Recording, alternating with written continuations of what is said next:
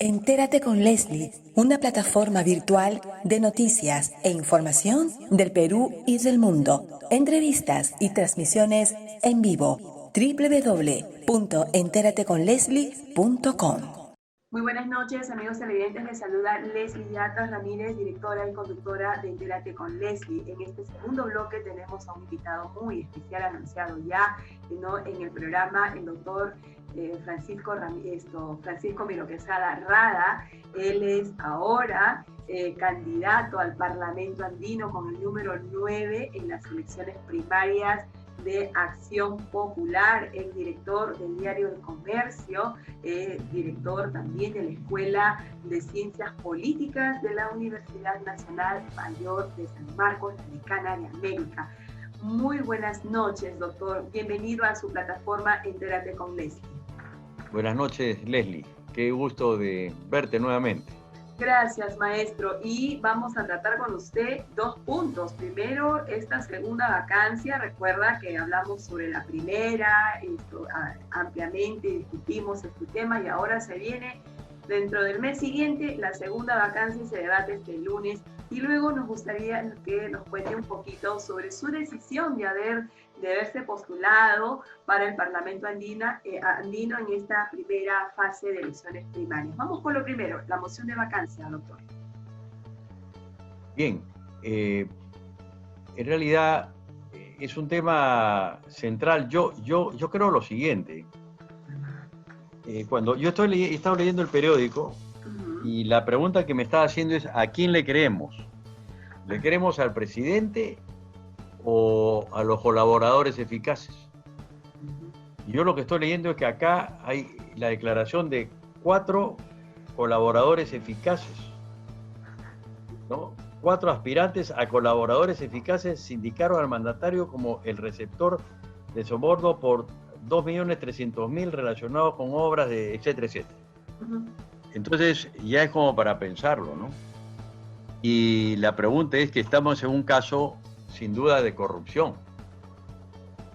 Y la vez pasada, cuando tú me preguntaste, yo te dije había que demostrar la permanencia.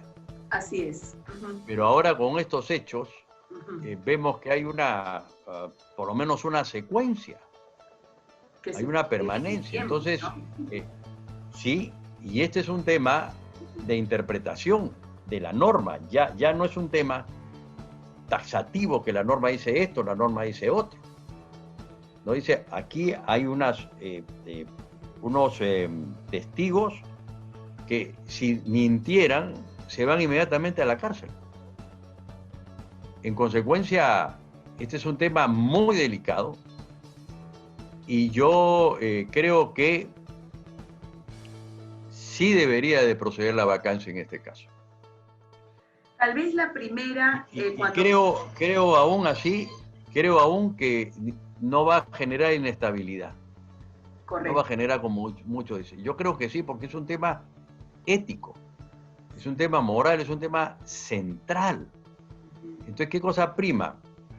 O encubrimos la ética en el marco de la norma y decir, bueno, que dejemos pues que el presidente concluya sus funciones hasta que haya nuevo presidente, o en términos de una estabilidad económica, una estabilidad política. Eso hay que analizarlo entre comillas. Eso decían, por ejemplo, cuando había revocatoria. No, la revocatoria va a generar inestabilidad. Ninguna inestabilidad generó. Ninguna. Entonces, obviamente, la situación es realmente crítica, es trágica. Es como en Homero, en la Odisea, entre Escila y Caribdis. Entonces, Ulises tuvo pues la inteligencia de ir a donde el monstruo menos feroz para que se comiera a algunos y él poder pasar. Entonces estamos ante un monstruo feroz. Ese monstruo feroz es la corrupción. Así es. El sociólogo Rubén Cáceres Zapata tiene un libro muy interesante donde habla de que en el Perú hay una cleptoestructura. O sea, no solamente una cleptocracia de unos cuantos que roban por acá, por allá, que ha pasado a lo largo de todo el Perú. Acá hay todo un sistema de corrupción. en donde interviene el sector privado, está metido el sector público, y esto evidentemente está afectando moralmente a nuestra sociedad. El problema de la política es un problema moral, ni siquiera es un problema de votos. Que voten, pues, pero es un problema moral. Así es, doctor. Y necesitamos personas que representen al país, que tengan una conducta moral sólida, más allá de su ideología, ¿no? Sí, del partido al que pertenecen. Así, doctor. Y eso es lo que debe fijarse el próximo elector. Por supuesto. Doctor Francisco Miro Quesada, justamente en lo que usted acaba de decir, que este es un tema estrictamente moral, ¿no? Y no es una cuestión de votos, y ha hecho alusión al tema de los colaboradores eficaces, que hay que pensarla, ¿no? Porque esto ya es una cuestión incluso que sale de una investigación fiscal.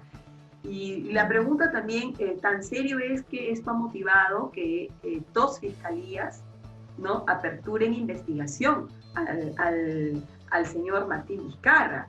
Entonces, no es, incluso ha hecho que 2 fiscalías se enfrenten. Claro, no vamos a discutir aquí con usted el tema de la competencia entre fiscales, eso me queda claro porque no es un tema propiamente dicho, pero quería tocarlo para poder de alguna forma corroborar lo que se viene sosteniendo, es decir, para corroborar la gravedad de los hechos, que si estas declaraciones de colaboradores eficaces, debidamente comprobadas, con documentos, con evidencias que la Fiscalía pueda considerar relevante para poder sellar este acuerdo de colaboración eficaz, si no fuese algo serio, diría yo, no se hubiera abierto una investigación al presidente, al señor Martín Vizcarra, ¿no? Y que ahora pone entredichos a 2 fiscalías que quieren abocarse a investigarlo, y sale la carta membretada del presidente de la República dirigida a la fiscal de la Nación para que, en otras palabras, ponga orden en su casa, cuando eso no es el procedimiento.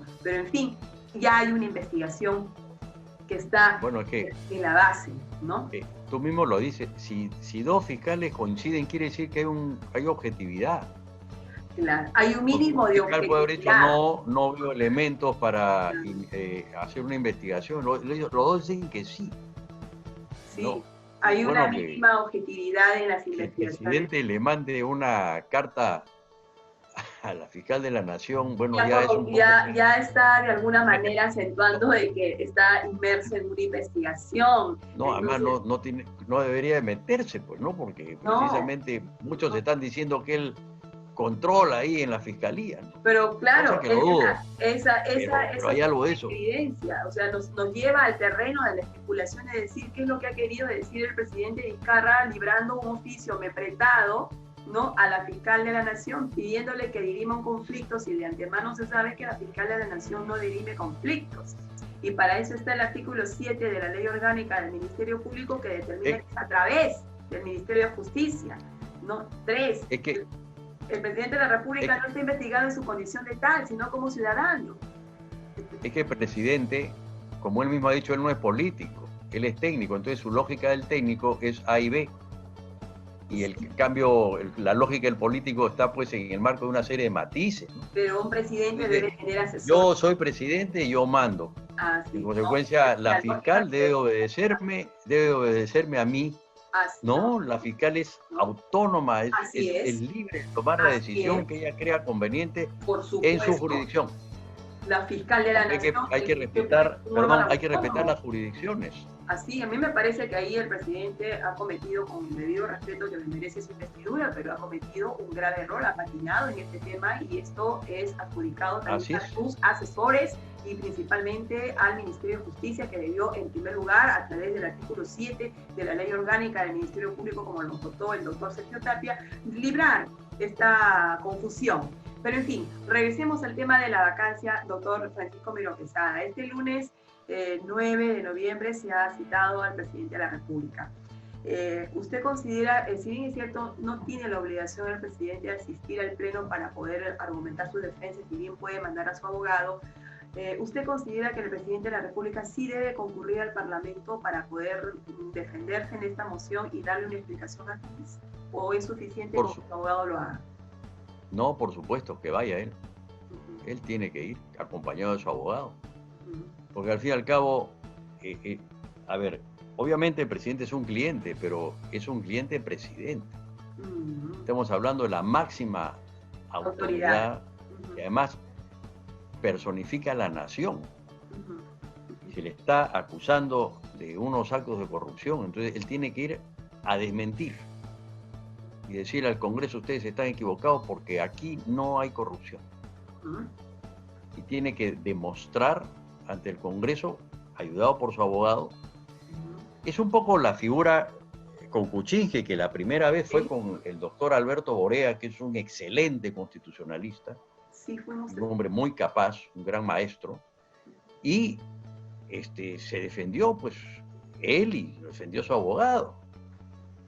Entonces yo creo que el presidente debe de ir, no que me voy a Trujillo. ¿Qué importa inaugurar? Pues que vaya el ministro a inaugurar un colegio o otro local, cuando acá se está tratando un tema de corrupción. Es decir, te están acusando de corrupto. ¿No? Y te lo está lo que le están diciendo, ¿no? Un conclave, que es un congreso que representa a los electores, que representa también a la nación. Entonces, esto no es un asunto de broma que me voy a ir a... Es la mentalidad burocrática. No, déjalo político, eso es una cuestión de politiquería. No, señora, acá hay un problema muy serio. Yo te diré, y hemos conversado varias veces, conoces, yo la primera vez realmente me incliné para que no se dé la vacancia, ¿no? Pero sí me pareció muy bien que haya ido el presidente. Y después, bueno, su abogado, pero uno, pienso yo, que debió de haberse quedado el presidente y aclarar y desmentir, porque acá la acusación es muy seria. Y pongamos que, como parece ser, no sea vacado el presidente. Bueno, después se le abrirá un proceso sobre un tema muy serio. Entonces, ¿por qué no se aclara ahora? Claro. Mira, por una razón muy simple, Leslie, es que no puede aclarar. No puede aclarar. Porque si yo puedo aclarar, es decir, esto es falso, al día siguiente hasta saco un artículo de 2 páginas en un periódico y para que se publique, esto es falso por esto. Yo voy a dar un ejemplo de Valentín Paniagua. Cuando un colega nuestro, porque yo también soy periodista, lo acusó y fue una acusación falsa, él mismo fue al set televisivo y lo desmintió. Bueno, ahora, el presidente Martín Vizcarra ha ido a varios medios de comunicación televisiva y ha hablado de este caso, ha tratado de hacer su defensa política, sí.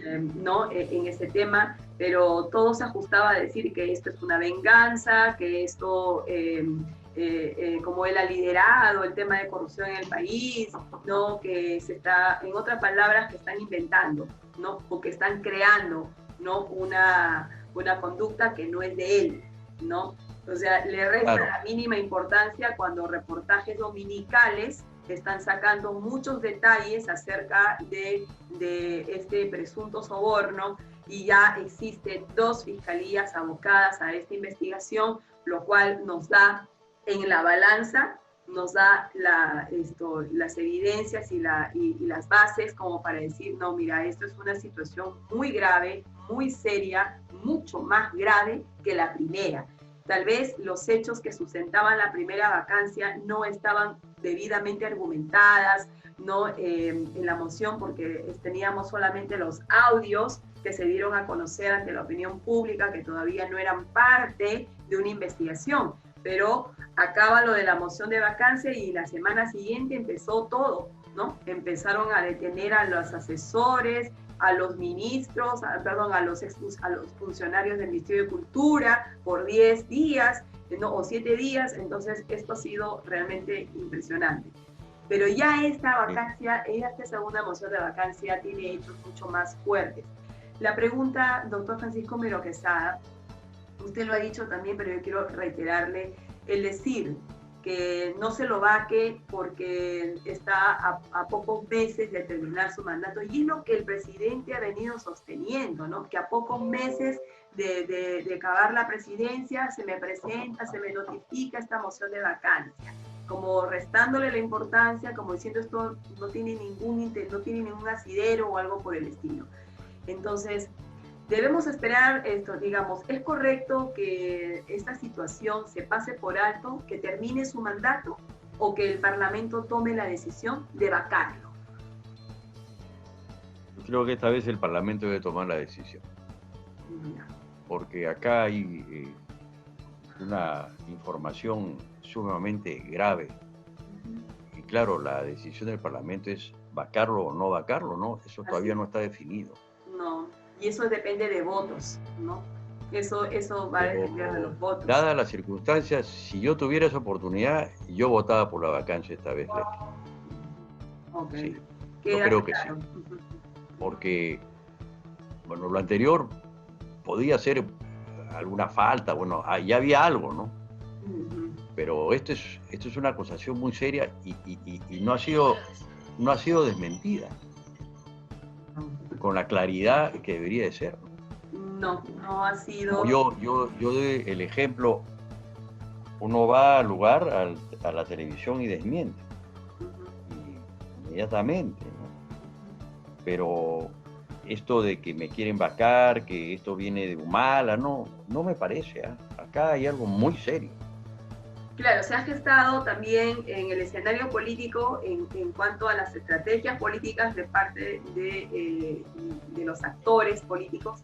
Se dice de que esto responde, bueno, la moción lo presenta Unión por el Perú y sabemos que es el partido que avala, ¿no?, el perfil de Antauro Humala, ¿no? Y se ha sostenido de que esto hay una motivación de un golpe de Estado, que se quiere llegar al poder, que es Antauro Humala el que quiere quebrar el Estado de Derecho, etcétera, etcétera. Pero también puede ser una estrategia desde la otra parte, ¿no? Como para hacer creer eso. No, pero ¿cuál golpe de Estado? El golpe de Estado lo dan los militares. Así es, ¿no? Y además... Entonces, acá no hay posibilidades de golpe de Estado. Las Fuerzas Armadas están al servicio de la Constitución y la democracia en el Perú. Que también y eso hace grandiosa a la Fuerza Armada, ¿no? Que respete el poder civil y que respete la Constitución, ¿no? Entonces, ¿por qué meter a la Fuerza Armada en este tema?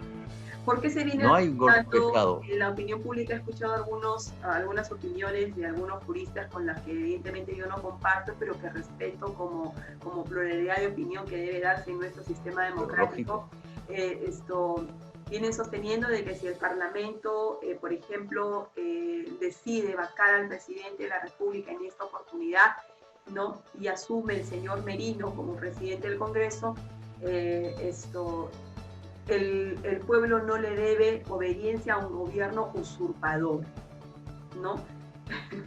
Entonces, ¿por qué? Si el Parlamento decide vacarlo, ¿no?, al presidente de la República, quiere decir que el Parlamento está usurpando una función, una competencia, quiere el poder a la prepotencia. No hay usurpación, y te voy a decir por qué. Porque el procedimiento ha sido constitucional.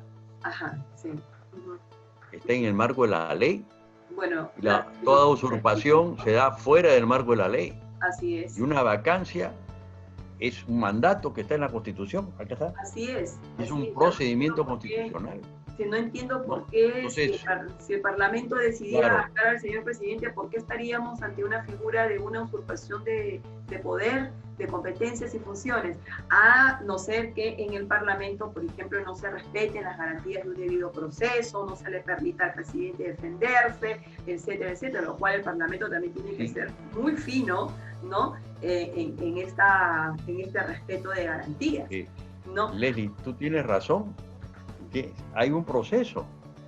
Nadie está diciendo que el presidente no vaya, que acá lo sacamos, que nos levantamos los parlamentarios en armas contra el presidente de la República. No, hay todo un procedimiento que se está siguiendo, ¿no? Además ya está citado, ya fue cursada la citación, ¿no? O sea, ya todo está dentro del marco de la Constitución.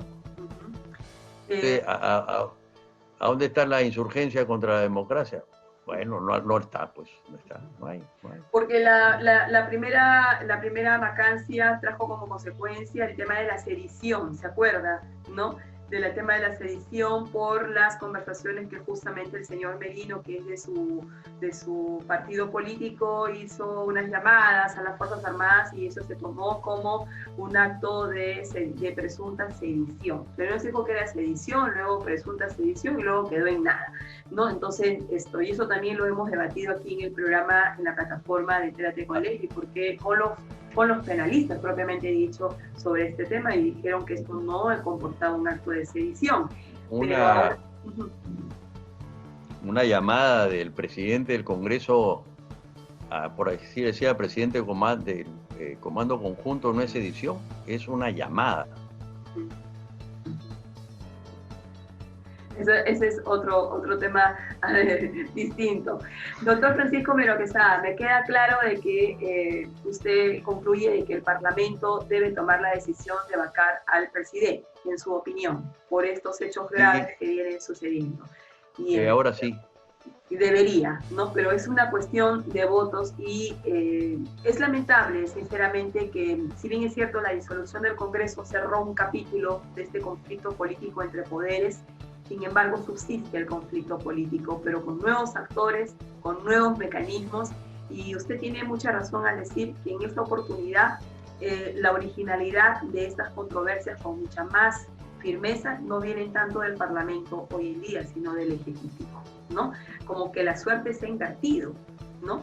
¿Qué opina usted también respecto, y que tiene mucho que ver con el tema, qué opina usted respecto a estos análisis que se han hecho también en el escenario político de que esto sería como una venganza del Parlamento actual, no frente al presidente de la República, que quieren vengarse por haber disuelto el Parlamento? No me parece traído de los cabillos, porque ¿por qué una venganza del Parlamento actual? El Parlamento actual está compuesto por una serie de fuerzas políticas. Entonces el Parlamento actual, o sea, quiere decir que todos los congresistas se quieren vengar del presidente por haber disuelto. Al revés, yo creo que se lo han agradecido, ¿no? Por supuesto, porque a raíz de lo que pasó. Es que ellos están ahí. Hasta había una encuesta que salió ayer. Sí, de ahí apoyo. La mayoría de un 42% aprueba a este Congreso, sí, ¿no? A pesar de todos los problemas que el otro Congreso había pues unos grupos muy vinculados a la corrupción, ¿no? Sí. Que formaban parte de la esta cleptoestructura que hay en el país. Y hoy día están siendo yo te dije que a mí me pareció inconstitucional el cierre del Congreso anterior, pero sin duda... Y con esa posición. Así es. Lo cual yo disentí porque yo sí estoy de acuerdo con la disolución, pero no creo tampoco que esto sea un acto de venganza. ¿Venganza de qué? No, ¿de qué se va a vengar Acción Popular, por ejemplo, de Vizcarra, ¿no? O APP, ¿de qué se van a vengar? No sé, doy un ejemplo, o el Partido Morado, ¿de qué? Que sea al revés. Digamos que en todo caso, este fenómeno que se produce de cierre del Congreso abre el espacio para que aparezcan nuevas fuerzas políticas que expresan tendencias en el Perú, como el FREPAP. Ya te estoy hablando como politólogo, pero la verdad de las cosas es que en el Congreso se han expresado una serie de tendencias que hay en el país, y eso explica también pues por qué se aprueban unas normas, por qué se rechazan unas cosas. Claro. Ya es una dinámica muy distinta a la dinámica anterior, que era un Congreso controlado por un partido. El partido tenía más votación que todos los otros. No está controlada por ninguna bancada, ¿no? Nadie tiene mayoría. No, nadie. Acá o la negociación o la persuasión. Nada más, es lo único que quiere. Ahora, si UPP logra persuadir a la mayoría de que, porque ha sido UPP el que ha presentado... Sí, con el apoyo de su partido, ¿vale? Eso de la bancada de Acción Popular. No lo sé, pero la propuesta viene de UPP, pero se ha convencido, en política eso se llama lenguaje suasorio, ¿no? Se tienen convencido, dado a los hechos también y a las circunstancias, Entonces, hay gente congresistas que van a votar a favor de esa opción. Y hay otros que no. Pero decir que el Congreso quiere vengarse, a mí me parece traído de los cabellos. Más bien los que quieren vengarse son aquellos congresistas que el Congreso cerró. Algunos de ellos, por lo menos. Se deja eso también en la materia de la especulación. Bueno, era un poco traer aquí a esta mesa de discusión algunos argumentos, ¿no?, que se vienen dando en nivel de las redes y opiniones públicas.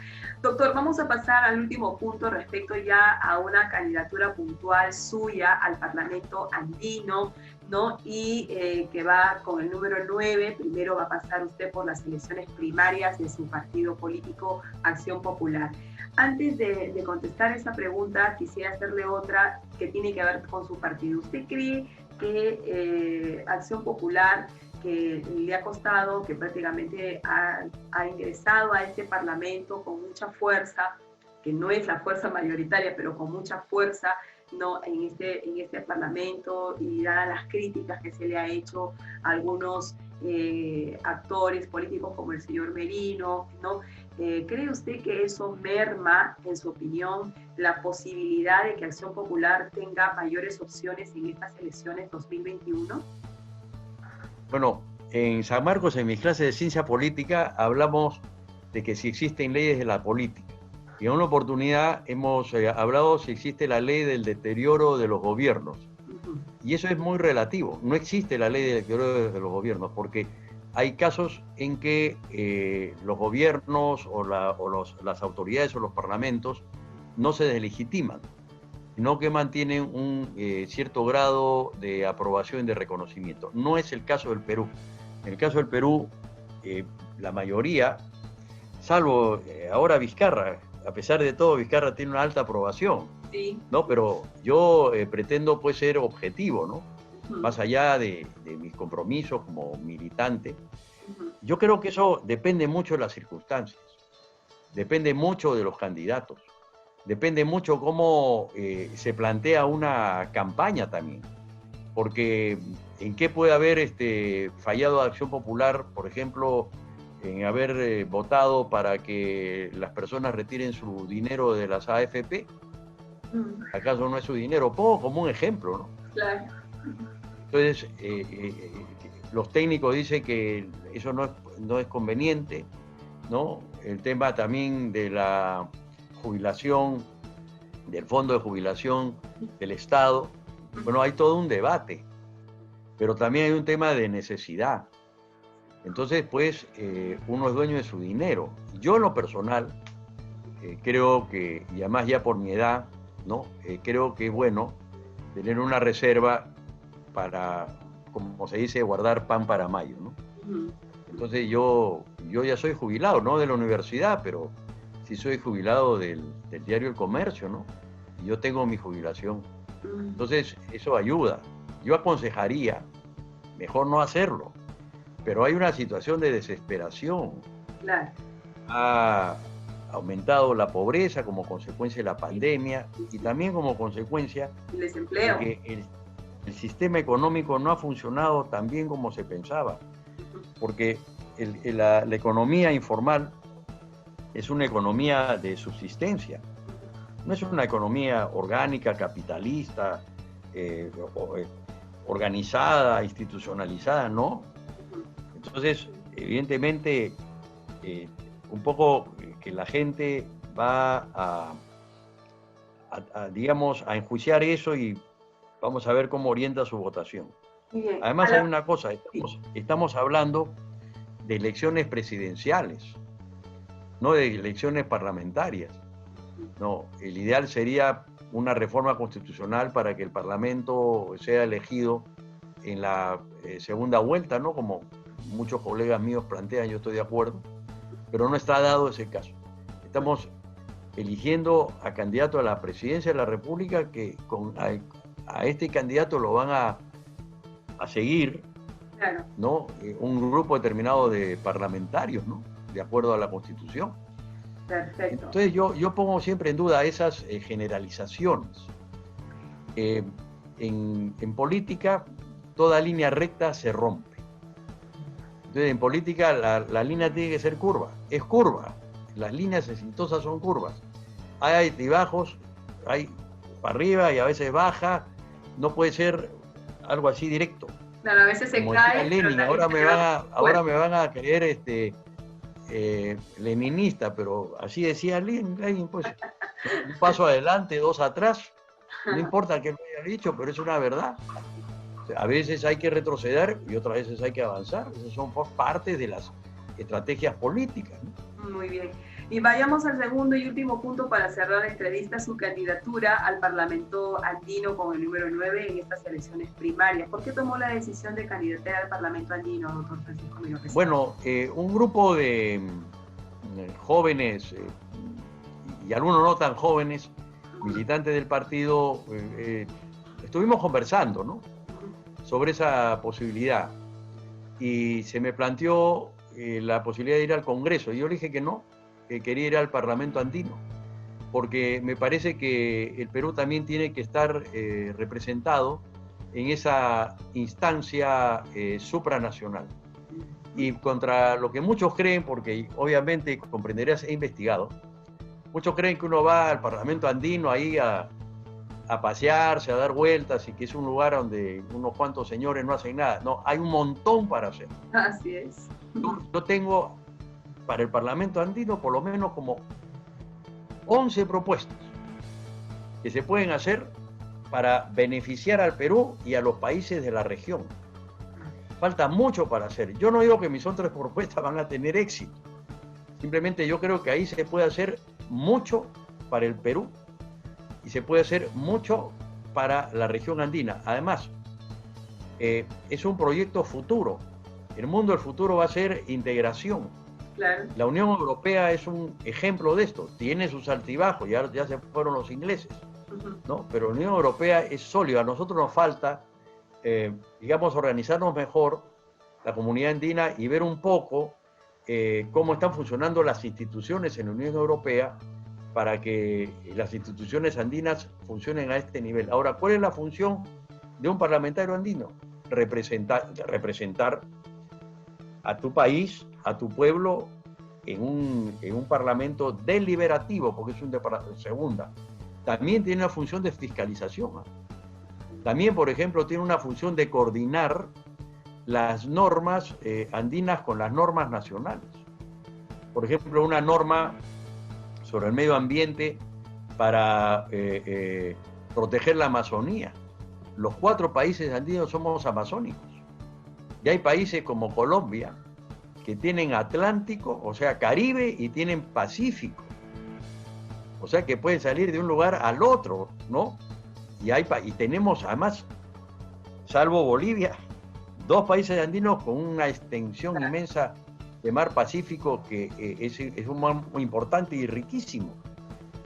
Entonces, se pueden hacer muchas cosas. Hay ya una universidad andina. ¿Por qué, por ejemplo, para cierto tipo de carreras, quizás técnicas, no jurídicas, pero que sí técnicas, que se unifiquen los currículums en las diversas universidades andinas? Que, por ejemplo, si yo soy peruano, bueno, me quiero irme a la Universidad de San Andrés a estudiar a Colombia, me voy. Claro. Estudio allá porque me parece mejor, o no me parece, en fin, y que un boliviano pueda venir acá. Movilidad, ¿no? Movilidad. ¿Por qué, por ejemplo, no dar una legislación que promueva actividades culturales andinas?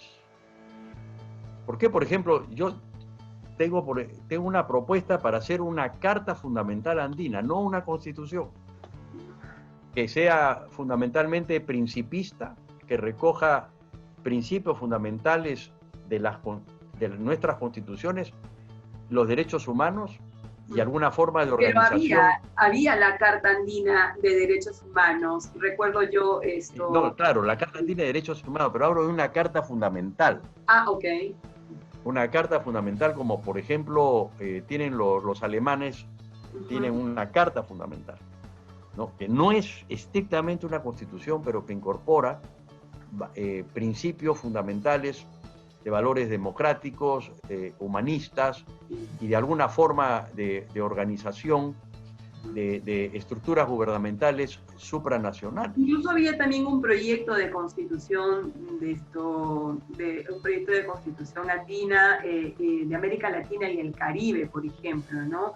Estuvimos analizando hace muchos años atrás, recuerdo que se me invitó a escribir sobre ese tema y hablamos sobre el derecho de integración, aplicación del derecho comunitario, pero me llamaba la atención de la Carta Andina de Derechos Humanos que prácticamente quedó en una publicación bonita, pero que no se aplica, no se ejerce. Entonces, creo que sería una oportunidad que usted los pueda representar en el Parlamento andino. Esa carta tiene un origen peruano. Sí. Porque esa carta estuvo elaborado por uno de los diplomáticos más importantes que ha tenido el Perú en su historia. Me refiero al embajador Manuel Rodríguez Cuadros, con la anuencia y el apoyo y el reconocimiento de Javier Pérez de Cuéllar.